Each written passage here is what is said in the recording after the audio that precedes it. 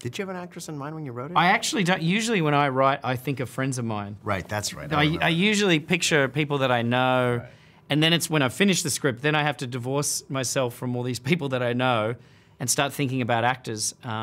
So that was someone that, it was a name that was suggested to us by Donna Langley at Universal.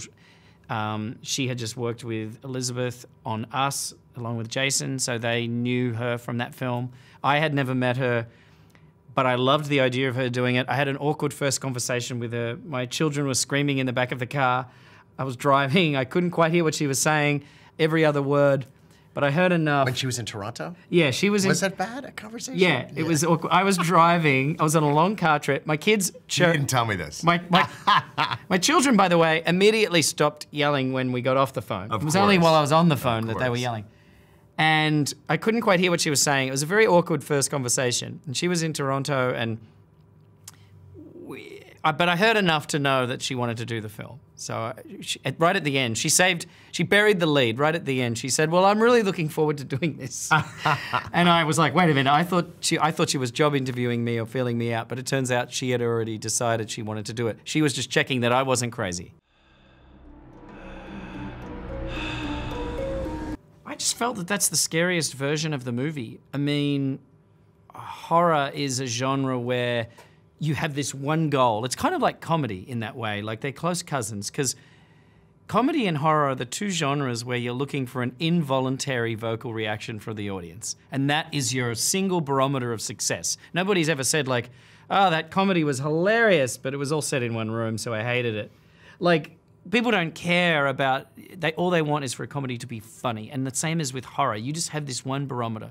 It doesn't matter who's in it, where it's set, what the language is.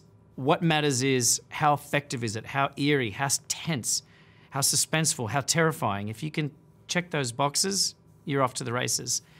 And you know, that's my favorite thing about the horror genre. And I just felt that if we made the film about the victim, we could check those boxes. We could say, we can terrorize a modern audience. And that's Jason and myself. When we make a film, we want to slay people. We want everyone to be super scared. Yeah, our measure of success is someone saying, I don't think I can handle this movie anymore. Exactly. I think I need to leave the theater. Exactly. It's so stressful. That's a compliment to a horror, to a horror filmmaker, that's a compliment. And I couldn't make a scary version of this film if I had to make the Invisible Man the central character and learn all about him, because then we know him, he's too familiar.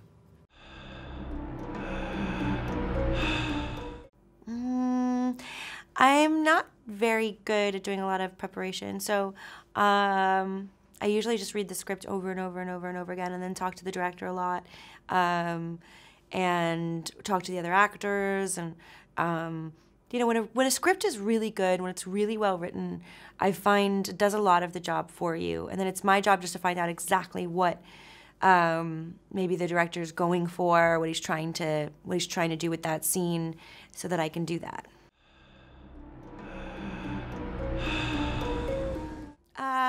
I guess so. Yeah. I mean, it's not something that I like. I go, which is the most feminist of these roles. It's just that I find that those are the interesting characters to play.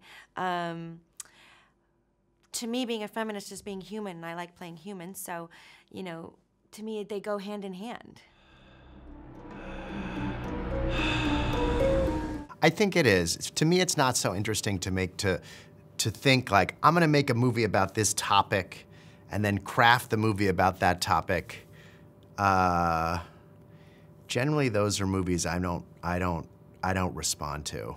So I think what's the most effective way to kind of, if you're gonna think about using movies to kind of change people's opinions, the most effective genre to do that with is horror. Firstly, because they're popular, so a lot of people are going to see the movie as opposed to 9 people seeing your message. But secondly, I think besides the fact that you get a lot of people to see it, I think horror is a very effective vehicle to carry, you know, different social issues inside of it. Yeah, there's a scene that we did that was really, really simple, actually, that didn't have any special effects or anything. And it's just me getting up and walking out of a room and walking down a dark hallway, and it was all shot on Steadicam, like one shot.